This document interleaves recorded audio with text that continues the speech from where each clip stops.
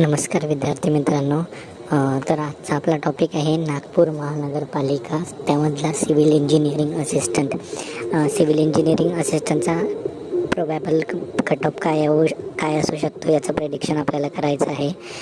याआधी आपण town planning assistant TPAचा कट ऑफ प्रेडिक्शन केलं होतं आणि तो कट ऑफ आपल्या यूट्यूब चॅनलवरती ती व्हिडिओ आहे.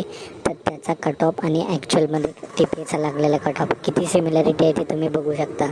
तुम्ही आपल्या चॅनलवरती जाऊन तो कट ऑफ प्रेडिक्शन बघू शकता आणि ॲक्च्युअल कट ऑफमध्ये खूप सिमिलॅरिटी आहे. तशाच पद्धतीने आपण नागपूर महानगरपालिका सिव्हिल इंजिनिअरिंग असिस्टंटचा कट ऑफ प्रेडिक्ट करणार आहोत. तर आपण चालू करूया.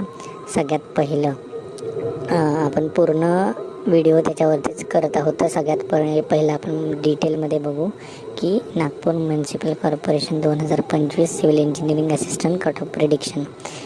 त्यामध्ये ओव्हरऑल एक्झामचा शेड्यूल कसा होता तर बघा. स्थापत्य अभियांत्रिकी सहाय्यक यांच्या एकूण 5 शिफ्ट होत्या. 24 तारखेला 3 शिफ्ट आणि 25 तारखेला 2 शिफ्ट, अशा एकूण 5 शिफ्टमध्ये हा पेपर झालेला आहे. तर ओव्हरऑल स्टुडंट्सना विचारलं तर पेपर हा इझी टू मॉडरेट लेवलला, सगळ्या शिफ्टना same paper easy to moderate लेवलला होता.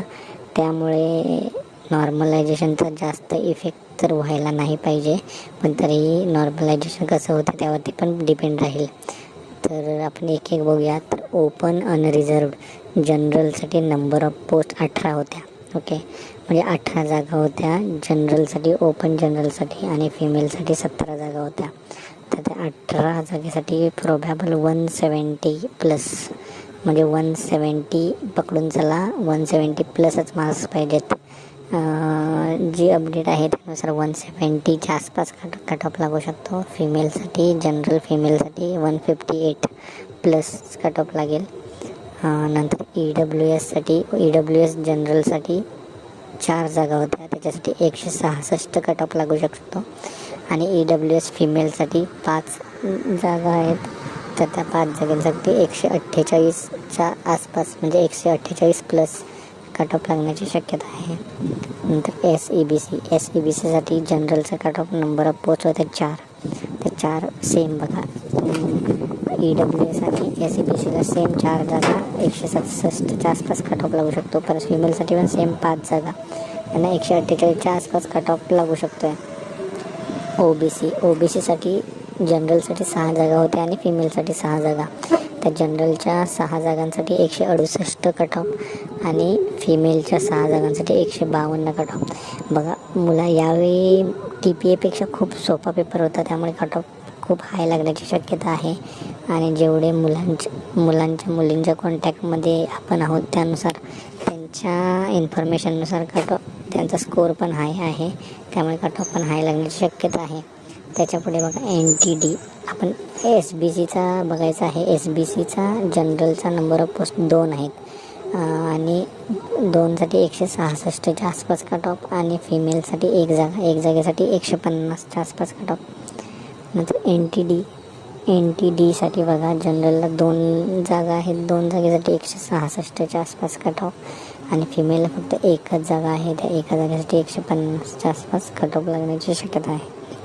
NTCसाठी 2 जागेसाठी सेम 166 कट ऑफ, आणि फिमेलसाठी 1 जागेसाठी 150च्या आसपास लागण्याची शक्यता आहे. आता आपण बघणार आहोत VJ जनरलसाठी 2 जागा होत्या आणि VJ फिमेलसाठी 1 जागा होती, बरोबर. तर VJ जनरल 2 जागांसाठी 166च्या आसपास कट ऑफ, आणि VJ फिमेल 1 जागेसाठी 158. VJ फिमेलचा कट ऑफ 158च्या आसपास लागू शकतो आहे. नंतर STचा जनरलचा नंबर ऑफ पोस्ट 3 होत्या आणि 3 जागांसाठी 160च्या आसपास कट ऑफ, आणि ST फिमेलच्या 3 जागांसाठी 148च्या आसपास कट ऑफ लागू शकतो आहे. SC जनरल 7 जागांसाठी 164च्या आसपास, आणि SC फिमेल 6 जागांसाठी 150च्या आसपास कट ऑफ लागू शकतो. तरी तुम्हाला काय वाटतं तुम्ही कमेंटमध्ये सांगू शकता. आणि NMCच्या अपडेटसाठी तुम्ही टेलिग्राम चॅनल जॉईन करू शकता, लिंक टाकलेलीच आहे. अजून काय आहे तुम्ही कमेंट करू शकता. तुमचे काही क्वेश्चन असतील आपण पुढच्या व्हिडिओमध्ये वगैरे ते सगळे क्लिअर करू. ओके, धन्यवाद.